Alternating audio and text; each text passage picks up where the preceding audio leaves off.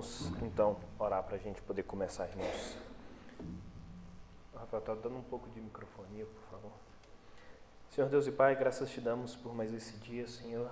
Te agradecemos porque foi o Senhor que nos trouxe até aqui, ó Pai. Te peço que o Senhor possa estar falando aos nossos corações, ó Pai, nos dê entendimento da Tua palavra. Em nome de Jesus. Amém. Se puder diminuir um pouco o retorno, por favor, Rafael, está um pouco alto aqui. Então, irmãos, nós vamos estar tratando da nossa terceira lição da nossa revista, a divisão da terra. Aí tem um subtítulo que é Não Pertence a Nós. Mas, antes de entrarmos na nossa lição de hoje, vamos relembrar rapidamente o que nós vimos nas nossas duas últimas lições.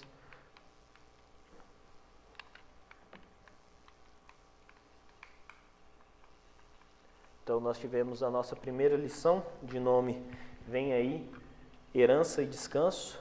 Nós vimos então que Deus estava santificando o seu povo para possuir a terra que Deus havia prometido. O povo então herdaria a terra, eram os descendentes de uma geração que estava no deserto, que é uma geração que murmurou, que pecou contra o Senhor e que o Senhor prometeu que ela não entraria na terra prometida, apenas com exceção de Josué e de Calebe. Na nossa segunda lição, a conquista de Canaã, nós vimos então o povo conquistando Canaã, né?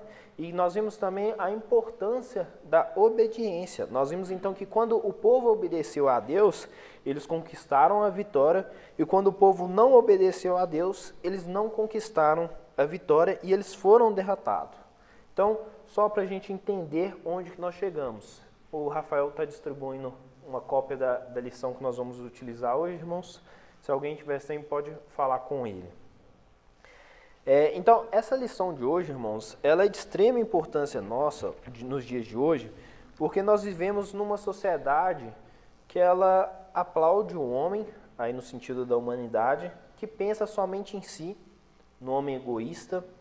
Nós vemos também pregadores que afirmam que Deus trabalha para realizar os nossos sonhos e que nós devemos ir a todo custo atrás dos nossos sonhos.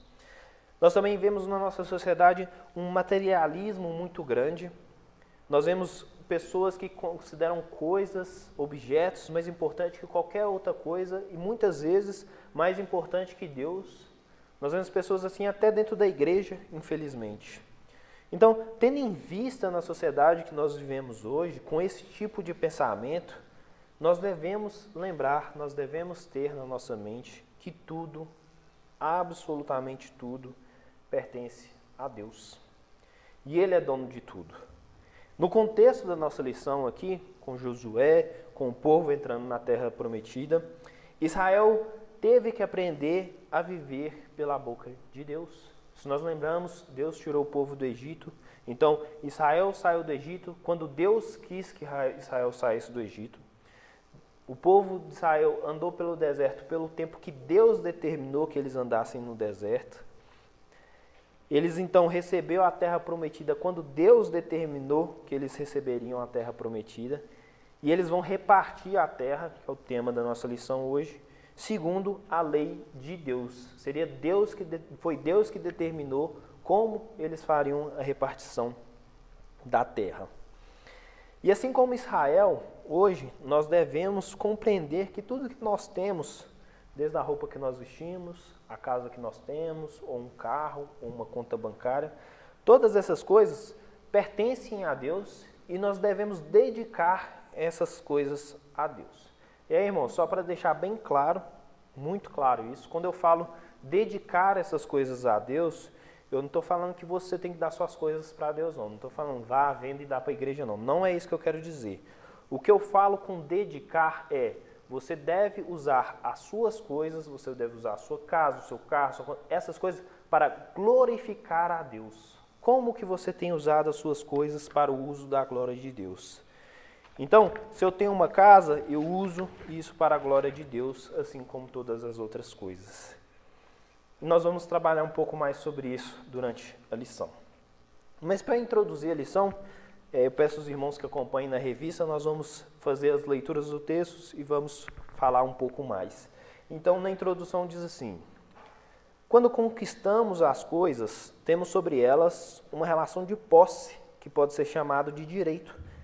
Decidimos o que fazer com o fruto de nosso trabalho, destinamos o que temos para as funções, lugares e uso que desejamos dar. O possuidor decide sobre o que possui. Temos visto que a terra prometida foi dada a Israel. A conquista depende da ação de Deus e não dos guerreiros israelitas.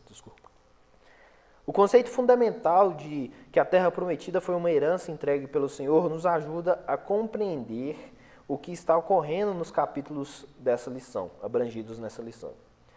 As terras conquistadas não estavam ao sabor da vontade da tribo de Israel, mas debaixo da ordenança de Deus. Por isso, veremos que, na perspectiva divina, a terra não nos pertence, portanto, agimos e vivemos conforme aquele que possui e dá a nós. Então, para a gente entender um pouco mais dessa lição, nós temos que entender uma coisa que é muito interessante, que é a palavra propriedade. Porque o nosso objetivo nessa lição é entender que absolutamente tudo no mundo provém de Deus e é fruto da graça de Deus para a nossa vida. Então, eu pergunto para os irmãos, o que é propriedade? Alguém pode me ajudar? Algumas definições, por favor?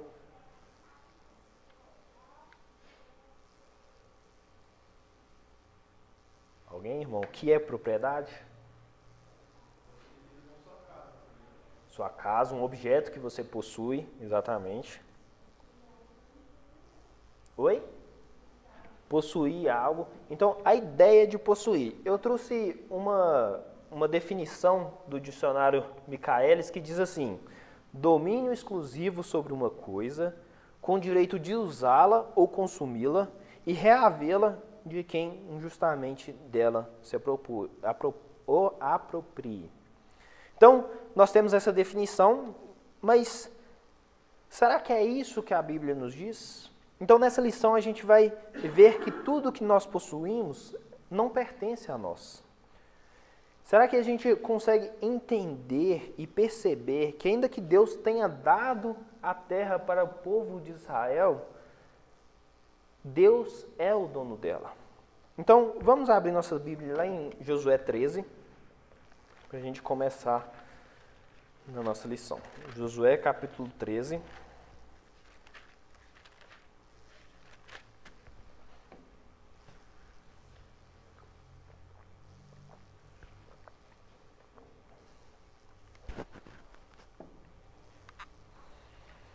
Nós leremos do verso 1 ao verso 7. Diz assim, eu vou ler e peço que os irmãos acompanhem. Era Josué, porém, já idoso, entrando em dias, e disse-lhe o Senhor, já está velho, entrando em dias, e ainda muitíssima terra ficou para se possuir.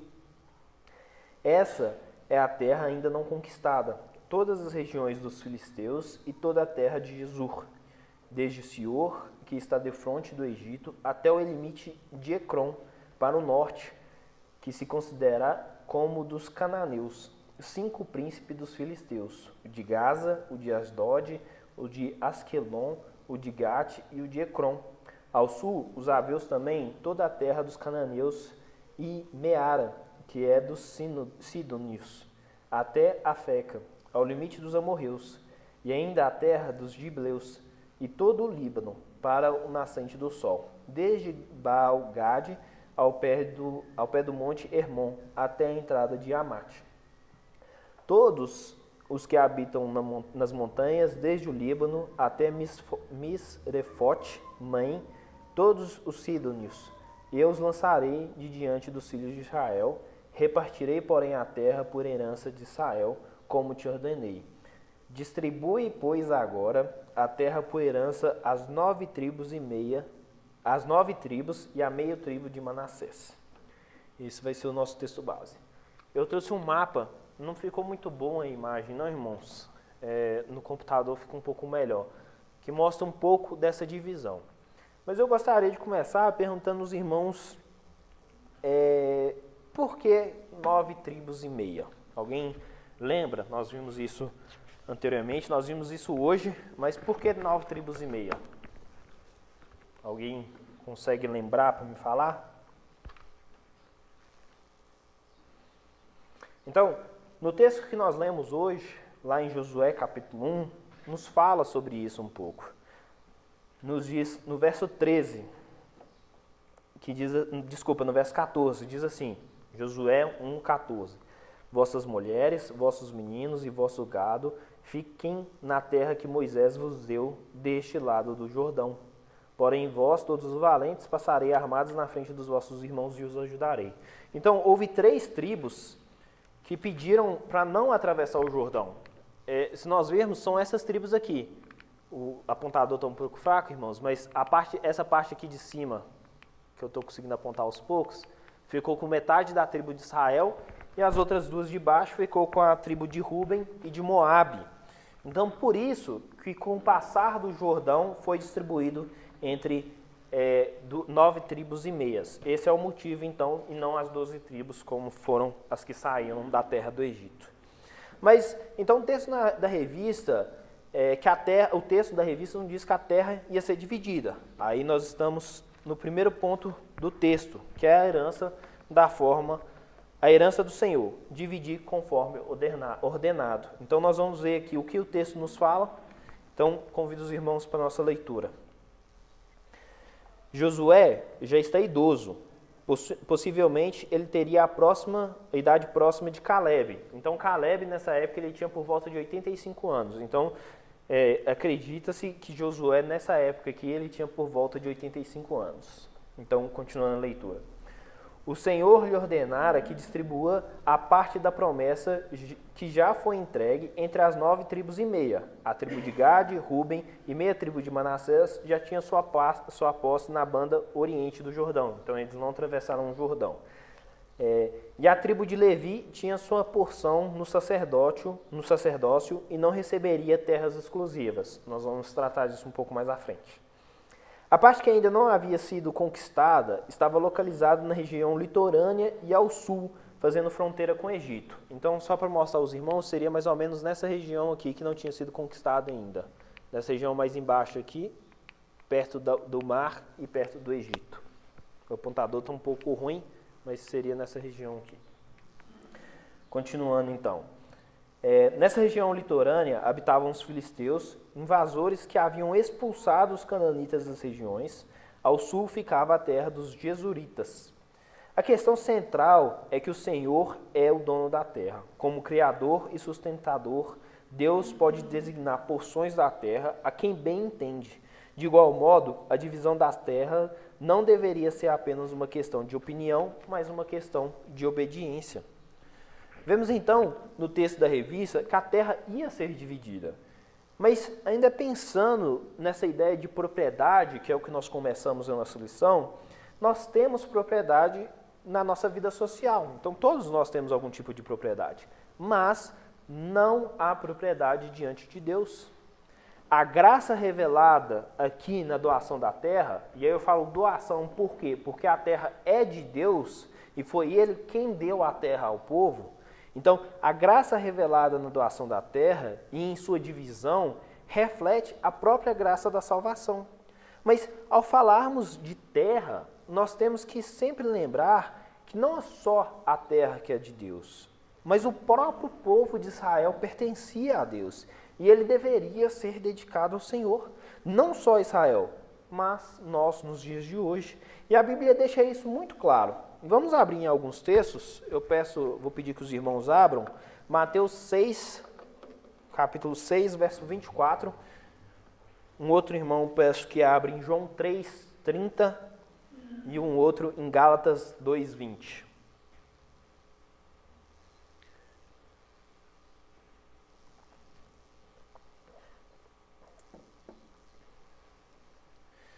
O irmão que tiver achado Mateus 6, 24, pode ler, por favor.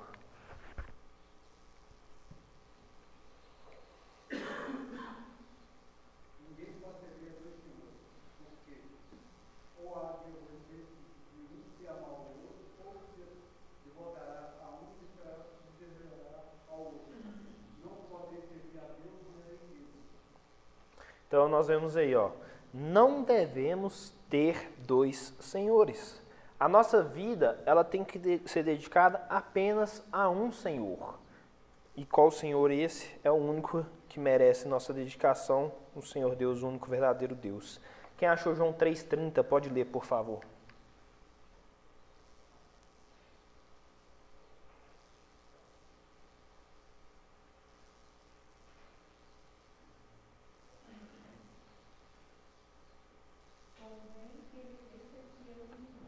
Convém que ele cresça e eu diminua. Nós não devemos desejarmos ser grandes ou desejarmos glórias para nós mesmos, irmãos. Todas as coisas que nós temos e que nós fazemos devem ser somente para a glória de Deus, somente para isso. Então, que nós diminuamos e Deus cresça. Agora o irmão que achou Gálatas 2:20, por favor.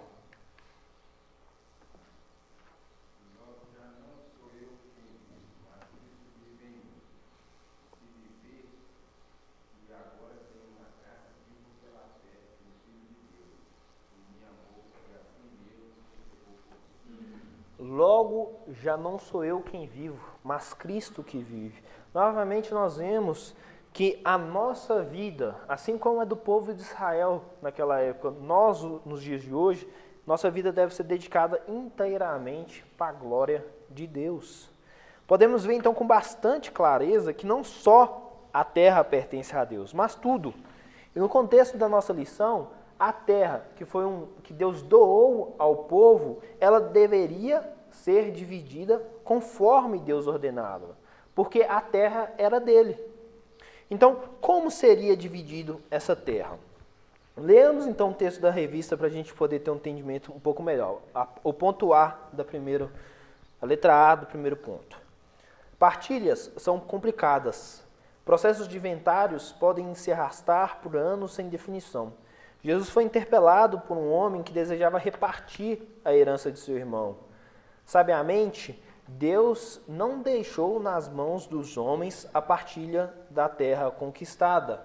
Lá em Números 25, do verso 52 ao 56, diz assim: disse o Senhor a Moisés: a estes se repartirá a terra em herança, segundo o censo. A tribo mais numerosa darás herança maior, a pequena herança menor. A cada uma em porção ao seu número se dará a herança. Todavia, a terra se repartirá por sortes, segundo os nomes da tribo de seus pais a herdarão. Segundo a sorte, repartir-se-á a herança deles entre as tribos maiores e menores. Pela lei, o tamanho da terra a ser dado seria proporcional ao tamanho da tribo. Contudo, qual parte da terra uma tribo ocuparia seria definido por sorte, ou seja, um processo independente da ação humana. Mais uma vez, o Senhor deixa claro que o homem está recebendo algo, não conquistando por si ou alcançando por seus méritos. Cada tribo em sua terra, lembrando como ocuparam aquele espaço, teria o testemunho da graça de Deus.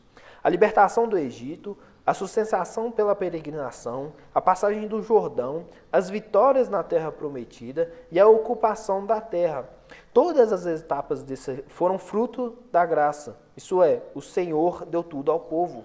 A aliança feita com Abraão já deixava claro que todo o seu peso estava sobre Deus. Porém, havia mais um ponto importante, a herança dos levitas. Mas antes da gente entrar na herança dos levitas, irmãos, nós vemos que desde Moisés, quando Moisés, no Números, na peregrinação, Deus já havia falado como seria essa divisão.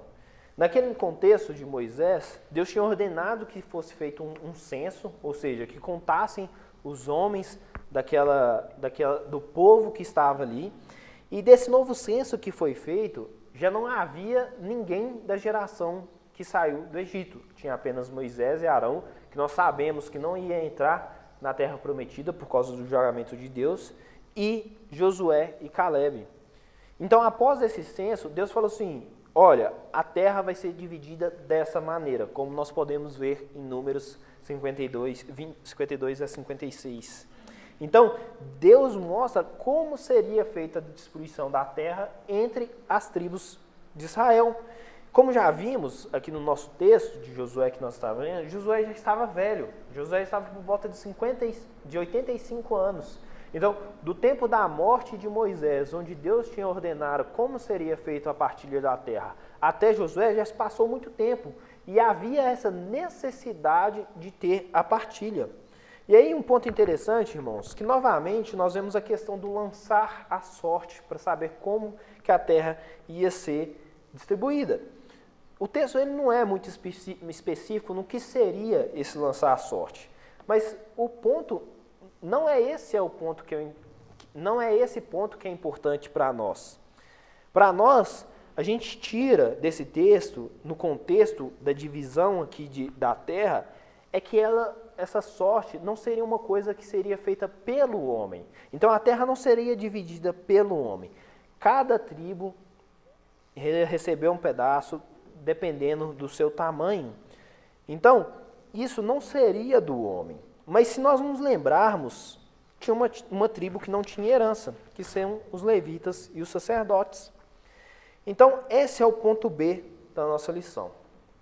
Nós vamos ler o ponto B agora, irmãos. E aí eu já vou pedir para os irmãos abrirem em Números, capítulo 3, antes de nós lermos.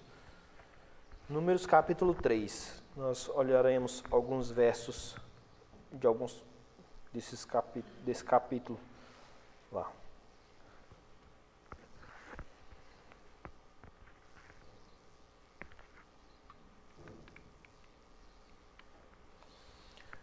Então, leamos a revista primeiro, depois nós leremos o texto. Então, letra B, os levitas e o sacerdócio. A falta de terra específica para os levitas parece injusta. Porém, essa tribo tinha um papel bem distinto em Israel e para o mundo. Os levitas são como uma analogia de toda a humanidade e também um tipo de Cristo. Quando Josué registra que os levitas não têm parte entre vós, literalmente ele registrou que os levitas nada possuíam entre os israelitas. A herança deles era o sacerdócio. Portanto, o que adivinha do sacerdócio?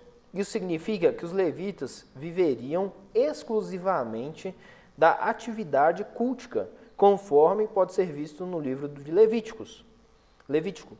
Os levitas deveriam lembrar a Israel o que realmente importava. A terra era dada para sustentar a vida nas condições atuais. O culto, no entanto, era um lembrete de que tudo e todos pertencem ao Senhor. Os levitas não tinham herança, da mesma forma que um ser humano não tem coisa alguma de si mesmo. De igual modo, nosso Redentor não tinha onde reclinar a cabeça. Assim, a condição humana era refletida nos levitas e o sacerdócio de Cristo era prefigurado. O exercício sacerdotal levítico era a pregação de que o homem deve a seu Criador. Ao mesmo tempo, era um anúncio de que no Senhor encontramos aquilo de que necessitamos. De fato, desde o Éden, o homem deveria viver como quem não tinha coisa alguma de si. Não tinha coisa alguma de si mesmo, e é tudo dedicar ao Criador. Esta é a mensagem da ocupação da terra. Israel devia tudo ao Senhor. Por outro lado, os levitas lembravam a presença de Deus no seio do seu povo. Este é o anúncio do Evangelho, isto é, Deus se encarna, torna-se um de nós e viverá para sempre com seu povo. Desse modo, aquilo que parecia injustiça ou simplesmente escolha divina de como a terra deveria ser dividida, mostra-se parte da revelação divina, uma tribo separada para o serviço religioso, dedicada a repetir, guardar e agir para a revelação divina. Então, nós podemos ver, como seria com a tribo de Levi, com o sacerdócio, com os levitas. E nós podemos ver o chamado dos levitas lá em Números 3, onde eu pedi os irmãos para abrirem. Então, Números 3, capítulo 3. Só abrir aqui, irmãos. Números capítulo 3, nós leremos do verso 4 a 9. Eu vou ler e peço que os irmãos acompanhem. Tem o texto também aqui na projeção para aqueles que quiserem acompanhar por ali. Diz assim, ó. Mas Nadab e Abiú morreram perante o Senhor quando ofereceram fogo estranho perante o Senhor no deserto do Sinai, e não tiveram filhos. Porém, Eleazar e Itamar oficiaram como sacerdotes diante de Arão, seu pai. Disse o Senhor a Moisés: Faze chegar a tribo de Levi e põe-na diante de Arão, o sacerdote, para que o sirvam, e cumpram os seus deveres, para que ele e para com todo o povo diante da tenda da congregação, para ministrarem no tabernáculo. Terão cuidado de todos os utensílios da tenda da congregação e cumprirão o seu dever para com os filhos de Israel no ministrar no tabernáculo. Dará, pois, os levitas a Arão e a seus filhos, dentre os filhos de Israel lhes são dados. Mas Arão e seus filhos ordenará que se dediquem só ao sacerdócio, e o estranho que se aproximar morrerá. Então aqui nós vemos, primeiro, o chamado da tribo de Levi para o trabalho na tenda da congregação. Eles cuidariam da tenda da congregação para evitar que acontecesse como aconteceu com Nadab e Abiú, que ofereceram fogo estranho ao Senhor. Então Deus separou a tribo de Levi para o trabalho no tabernáculo. E se nós andarmos um pouco mais para frente, em Números capítulo 18,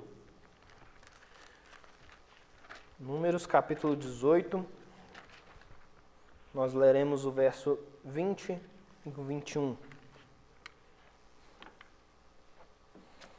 Diz assim: Disse também o Senhor a Arão: Na sua terra herança nenhuma terás, e no meio deles nenhuma porção terás. Eu sou a tua porção e a tua herança no meio dos filhos de Israel. Aos filhos de Levi dei todos os dízimos em Israel por herança, pelo serviço que prestam, serviço da tenda da congregação. Então, nós vemos aqui no capítulo 18 como um todo, Deus está dando instruções aos sacerdotes e aos levitas. E nós vimos que Deus fala que nem os sacerdotes, nem os levitas, eles não terão herança de terra, eles não possuirão terra, porque a herança deles é o Senhor. E nós vemos também que os levitas, eles se sustentariam com os dízimos que Israel dava ao Senhor. Então, a parte da herança dos levitas era Deus. Nós devemos ver que também que na terra prometida, no contexto da divisão, ela não era apenas para descanso do povo. Não era apenas para o povo chegar e descansar. Mas ela era um santuário que Deus estava levantando para que Israel desse testemunho para as outras nações, para que Israel lançasse luz para as outras nações. Não era apenas uma terra onde o povo de Israel ia chegar e ia viver, mas era uma terra onde eles iriam dar um testemunho das graças e das bênçãos de Deus sobre o povo de Israel, e o povo de Israel seria luz no meio das outras nações. E era a tribo de Levi que era responsável a relembrar o povo da revelação divina. Era a tribo de Levi e os sacerdotes que lembravam o povo dos feitos de Deus. Eram eles que eram os responsáveis para trazer a palavra de Deus para aquele povo. E eles que poderiam fazer isso. Então, eles teriam isso.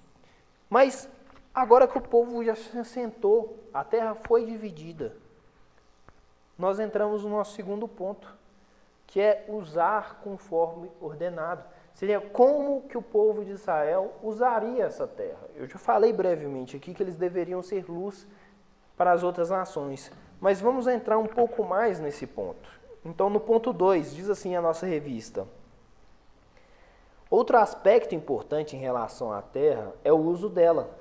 Deus não a entregou para a satisfação do povo, mas para a sua própria glória. O fato de Deus ter ordenado o que fazer diante das conquistas já realizadas revela que a terra, na verdade, lhe pertencia a Deus. Em Deuteronômio 28, de 8 a 14, vemos que a promessa feita coloca a obediência como uma condição para que Israel desfrutasse o melhor daquela terra. É possível ver que a mão do Senhor estaria direcionando o menor dos detalhes, ao ponto de cuidar da procriação dos animais, a relação com outros povos e a posição de proeminência sobre eles também estavam sobre a condição de a usarem, não se desviando da lei. O objetivo parece colocado na sentença: todos os povos da terra verão que és chamado pelo nome do Senhor, no verso 10, capítulo 28 de Deuteronômio. Então, usar a terra em obediência, fazendo o povo experimentar seu melhor, seria o testemunho a todos de que o Senhor é poderoso, fiel e bondoso. Então, o uso da terra seria importante também. Então, esse ponto é muito importante porque ele vai de encontro com a nossa ideia de propriedade. Como eu trouxe aqui no nosso início, propriedade é uma coisa minha, que eu uso, consumo, como eu achar melhor. Mas a Bíblia fala que as bênçãos recebidas, que nós, o povo de Israel naquela época, nós nos dias de hoje, as bênçãos recebidas são meios pelos quais Deus manifesta graça a nós e através de nós. Isso significa que o que nós recebemos não é uma exclusividade nossa. Não é, mas ela é uma oportunidade, o que nós recebemos é uma oportunidade de nós darmos testemunho do Senhor. Então, irmãos, as bênçãos que Deus derrama nas nossas vidas não é porque nós somos bons, porque nós não somos, nenhum de nós é. As bênçãos que Deus derrama nas nossas vidas não é porque nós somos 100% obedientes, porque nós somos desobedientes. As bênçãos são para eu, para você, testemunhar a glória e o cuidado de Deus pela sua vida. E aí eu volto, irmãos, no início do que eu falei. Você tem uma casa, dedique e dê um testemunho na sua casa, pois a sua casa foi uma bênção de Deus para a sua vida. Você tem um carro, use o seu carro, dedique o seu carro, dê um testemunho para a glória de Deus, porque o carro foi uma bênção na sua vida. E tudo na nossa vida é uma bênção de Deus. A nossa vida é uma bênção de Deus para conosco. Então nós devemos usar a nossa vida como um testemunho contínuo da graça de Deus pela nossa vida. Como Deus tem sido bondoso conosco, como Deus tem sido misericordioso, gracioso conosco. Nós temos que usar não só os bens que Deus nos dá, mas as nossas vidas para dar um testemunho de Deus, da graça de Deus pela nossa vida. Então, no contexto da nossa lição, o ponto que a terra prometida, ela não era um fim em si mesmo. A terra não era apenas a terra que Deus deu ao povo porque o povo precisava descansar. Não. A terra era para que o povo vivesse de uma forma para testemunhar o que Deus tinha feito pelo povo. Que ao olhar para a terra de Israel, para a terra prometida, para a nação de Israel, as outras nações, elas veriam o testemunho de Israel e elas seriam chamadas pelo nome do Senhor. E nós vemos, como nós vimos na nossa última lição, que nossa última lição nós tratamos de obediência, nós vemos que essas questões também, elas estavam ligadas à obediência do povo de Israel. Então, vamos abrir lá em Deuteronômio, capítulo 28.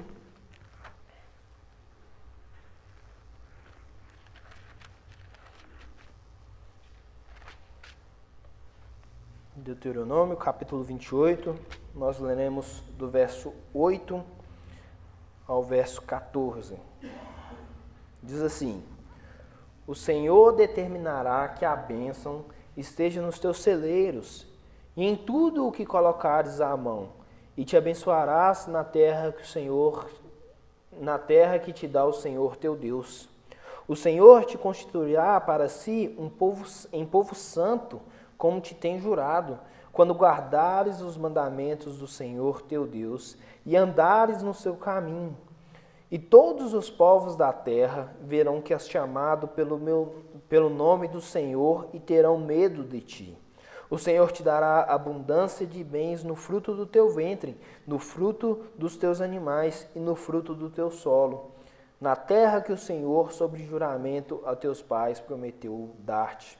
O Senhor te abrirá o seu bom tesouro, o céu, para dar chuvas à terra no seu tempo e para abençoar toda a obra das tuas mãos. Emprestarás a muita gente, porém, tu não tomarás emprestado. O Senhor te porá por cabeça e não por causa, e só estarás em cima e não debaixo, se obedeceres aos mandamentos do Senhor teu Deus, que hoje te ordeno para os guardar e cumprir. Não te desviará de todas as palavras que hoje te ordeno, nem para a direita, nem para a esquerda, seguindo outros deuses para servirem.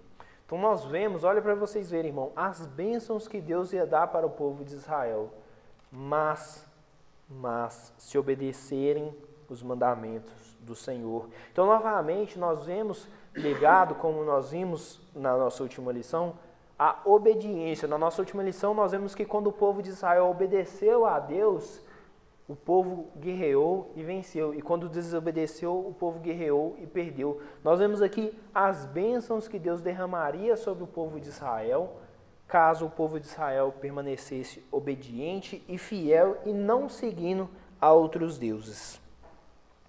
Passando para o nosso próximo ponto, irmãos, nós vamos agora falar sobre a conquista incompleta, que é o ponto 3, nosso último ponto da nossa lição. Vamos ler o que a revista nos traz. Diz assim: como lemos no início do capítulo 3, ainda existiam terras a serem conquistadas.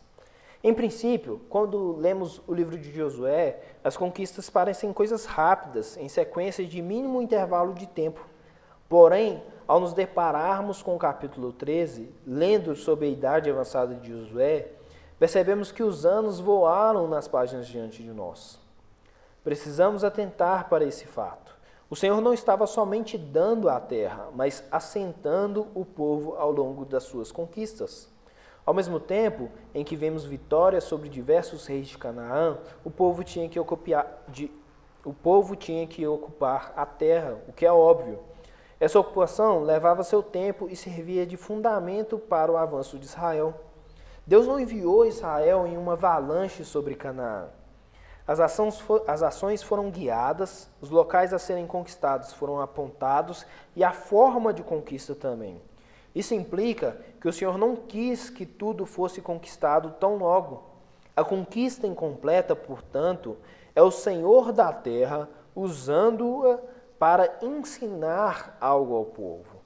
A terra não seria indiscriminadamente ocupada e nem mesmo objetivava o assentamento israelita. Porém, servia aos propósitos didáticos e revelacionais da aliança divina. Em Números 21, capítulo 21, verso 43, lemos que deu o Senhor a Israel toda a terra que jurara dar a seus pais, e a possuíram e habitaram nela. Parece uma contradição, porém são declarações com perspectivas distintas. A perspectiva da conquista completa e do estabelecimento na terra de Deus, que Deus tinha dado, deve também ser considerada no contexto das histórias patriarcais, que mencionam pela primeira vez o juramento feito aos antepassados. Esses patriarcas não poderiam chamar de sua nenhuma parte da terra que Deus lhe prometera, exceto por uma sepultura ou duas na quais enterraram seus entes queridos mortos. Comparando com isso, o cumprimento da promessa mostrava-se agora extremamente rico. Esse é um comentário do Ostras, de um livro chamado Josué. Mas continuando aqui a nossa leitura. O povo já estava presenciando a fidelidade do Senhor. Por outro lado, estava vivendo sob a palavra de Deus. Ele liderava o exército, levando para onde desejava, e ele decidiu que era hora de repartir a terra. A parada no avanço era parte do seu plano, demonstração de sua soberania e o ensino ao povo de que deveria viver conforme a voz divina. A terra estava sendo usada por Deus e graciosamente compartilhada com Israel.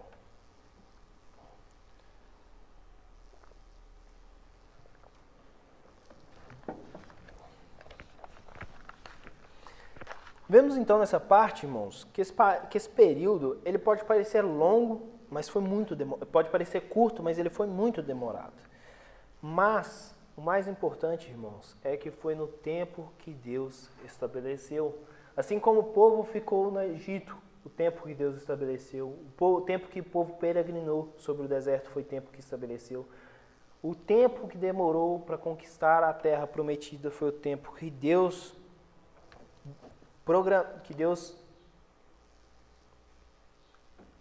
fugiu a palavra, irmãos, desculpe. Mas foi o tempo que Deus determinou que acontecesse. Então tudo estava acontecendo no tempo que Deus determinava. E podemos aplicar isso nos dias de hoje.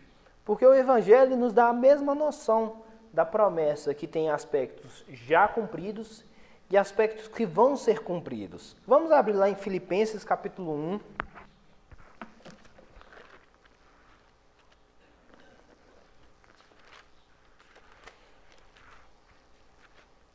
Filipenses capítulo 1, verso 6.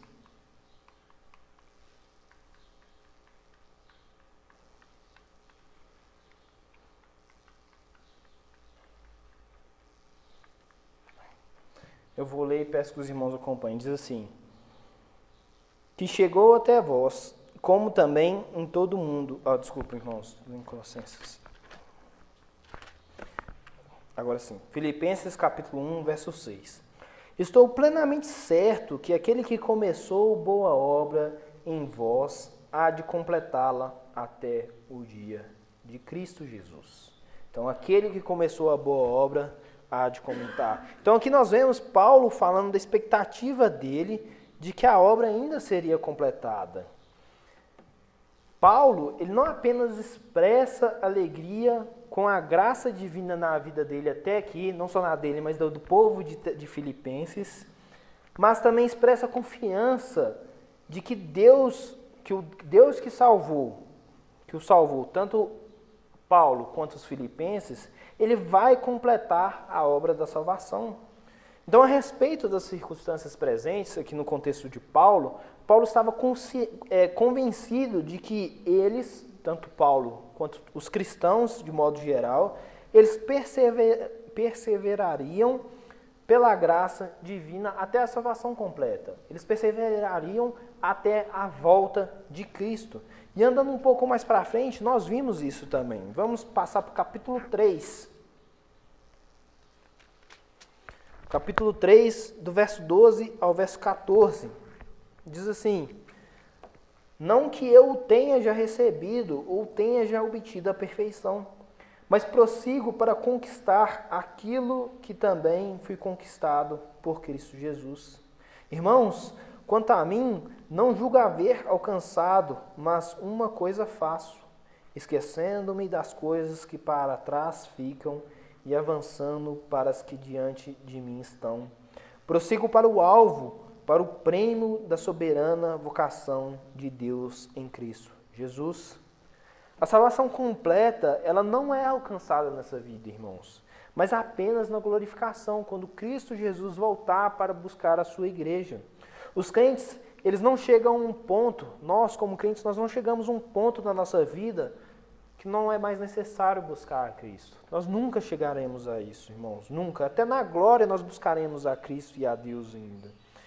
Paulo, então, está encorajando ao povo de Filipenses a perseverança, na esperança que a obra que começou aqui na terra, ela vai ser concluída na volta de Cristo.